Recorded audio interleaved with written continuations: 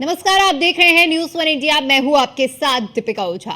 UP में love जिहादियों पर नकेल कसने की तैयारी हो चुकी है। यूपी विधानसभा में लव जिहाद बिल पास हो चुका है। पहली बार आजीवन कारावास तक की सजा का प्रावधान इसमें किया गया है। जबरन धर्म परिवर्तन कर शादी पर उम्र कैद की सजा होगी। पहले से परिभाषित अपराधों में सजा दोगुनी कर दी गई है। नए अपराध भी शामिल, जिनमें ताउम्र जेल का प्रावधान किया गया है। इसके लिए कोई भी शिकायत कर सकेगा और साथ ही साथ उम्र कैद तक की सजा हो सकती है। तो आप उत्तर प्रदेश में जबरन धर्मांतरण करने वालों की खैर नहीं है, क्योंकि जो कानून 2021 में लाया गया था, अब उसमें संशोधन किया गया है और इसे कानून को, इसकी सजा को और भी ज्यादा कड़ा किया गया है।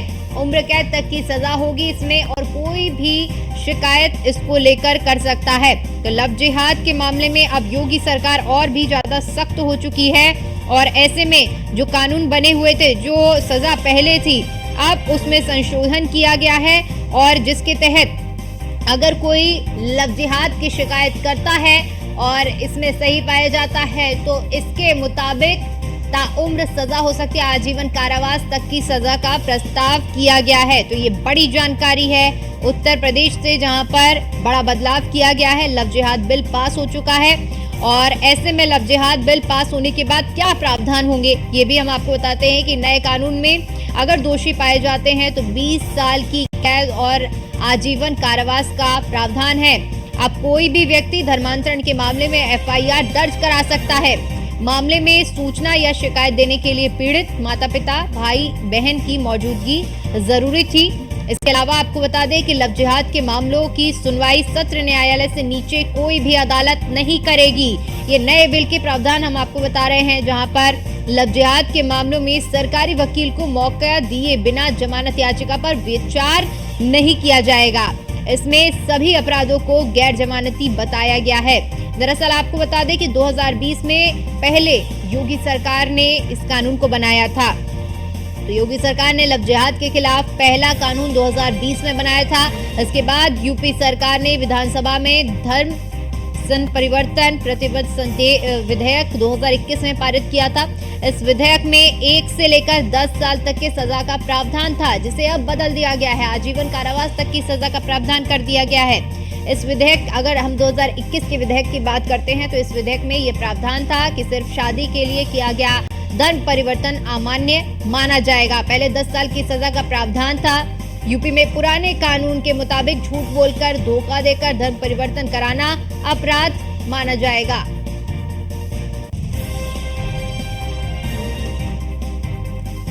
और इसी पर ज्यादा जानकारी के साथ हमारे संवाददाता अश्विनी द्विवेदी हमारे साथ लाइव जुड़ चुके हैं। अश्विनी, जिस तरह से लव जिहाद को लेकर कानून सदन की पटल पर लाया गया है, इसके बाद अब ये कहना गलत नहीं होगा कि लव जिहाद करने वाले, जबरन धर्मांतरण कराने वाले लोगों की अब उत्तर प्रदेश में खैर नहीं है। बिल्कुल, धर्म परिवर्तन को लेकर के उत्तर प्रदेश में लगातार सवाल उठ रहे थे कि अगर धर्म परिवर्तन हो रहा है और जबरदस्ती हो रहा है तो निश्चित तौर पर उस पर कार्रवाई क्या हो सकती है। तमाम में देखा जाता है कि लव जिहाद जैसे शब्दों का जिक्र होता है, तमाम ऐसे लोग हैं जो तमाम युवतियों को अपने जो मंत्र जाल बताते हैं, उनको अपना धर्म जाति को झलक बताते हैं, लेकिन बाद में इससे कुछ और निकलती है। निश्चित तौर पर ऐसे में कहीं ना कहीं लगातार इसकी शिकायतें मुख्यमंत्री तक पहुंच रही थी और उत्तर प्रदेश में एक बड़ा फैसला लिया गया। उत्तर प्रदेश सरकार ने बड़ा फैसला लिया। आप लव जिहाद के खिलाफ एक कानून लाया है, विधेयक लाया गया है, जिसको सदन में पास किया गया। उसके बाद ये जो सदन पास होगा उसके बाद एक कानून बन जाएगा।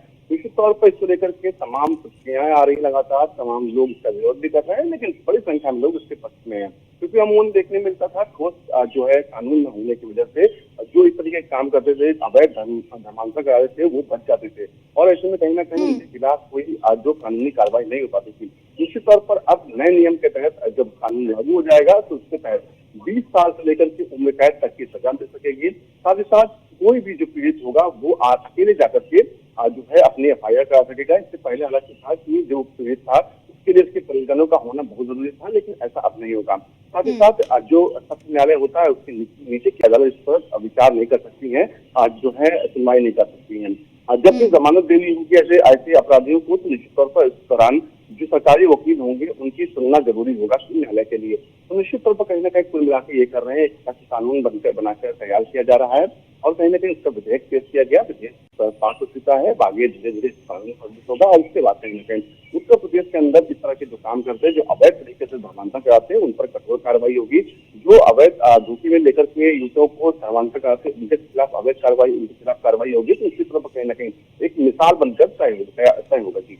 बिल्कुल अश्विनी, एक मिसाल के तौर पर तो पेश हो गई, क्योंकि जबरन जिस तरह से धर्मांतरण कर लिया गया था जाता था, पहचान छुपाकर लोगों को, जो युवतियां थी उन्हें परेशान किया जाता था। बाद में पता चलता था कि सोनू बनकर सलमान ने इस लव जिहाद के पूरे प्रोसेस को पूरा किया है। लेकिन अब चूंकि पहले जो सजा थी जिसमें 10 साल तक का प्रावधान था, लेकिन अब इसे आजीवन कारावास में तब्दील किया गया है। कहीं ना कहीं देखा जाए इस सजा के बाद लव जिहाद के जो मामले हैं उसमें कमी जरूर आएगी।